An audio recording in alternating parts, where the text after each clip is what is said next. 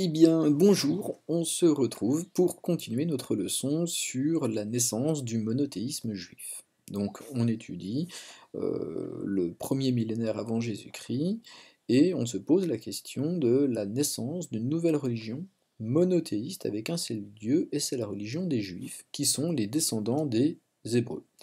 Alors, on a commencé de lire la Bible. Alors, plus que la lire, on a regardé même un petit peu de cinéma, en se posant une question, quelle est la nature des récits de la Bible? Nous avons donc vu un extrait tiré du film Les Dix Commandements, et dans ce film, eh bien, on y apprend que les Hébreux sont en train de fuir l'Égypte, ils sont guidés par un homme, Moïse, et ils vont passer par la mer Rouge, événement extraordinaire qui nous place plutôt dans des récits qui ressembleraient plutôt à des récits mythologiques. On a appris par la suite que ces Hébreux, quand ils fuient l'Égypte, vont passer par le Sinaï pour retourner dans une terre promise qui leur a été promise par Dieu. C'est l'alliance. Il y a une alliance entre ce peuple des Hébreux et euh, donc leur Dieu Yahvé. Ce Dieu leur donne la terre promise. Par contre, les Hébreux doivent suivre la loi de ce Dieu, les 10 commandements, la loi avec un L majuscule, et premier de ces commandements, Yahvé est leur Dieu unique. C'est moi, Yahvé, ton Dieu, qui t'ai fait sortir d'Égypte, tu n'auras pas d'autre Dieu que moi. Puis ensuite, tu ne fais pas d'image de moi, tu ne prononces pas mon nom à tort, et tu travailles 6 jours, mais le septième, c'est le Shabbat, c'est un jour de repos, tu ne fais aucun ouvrage.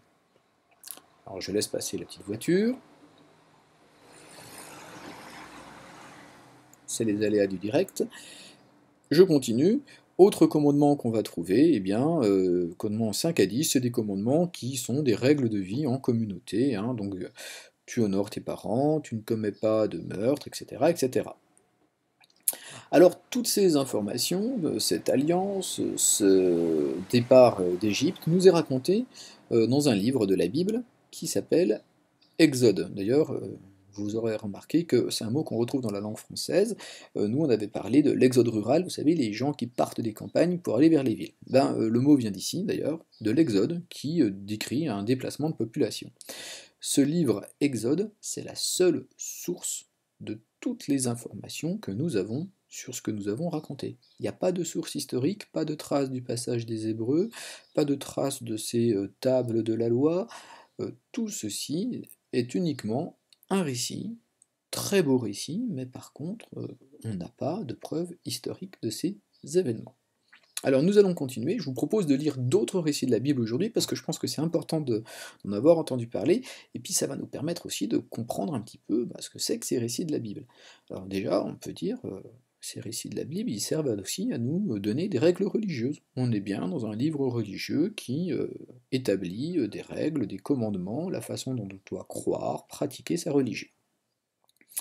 Alors je continue, et on va étudier un extrait dans la vidéo suivante.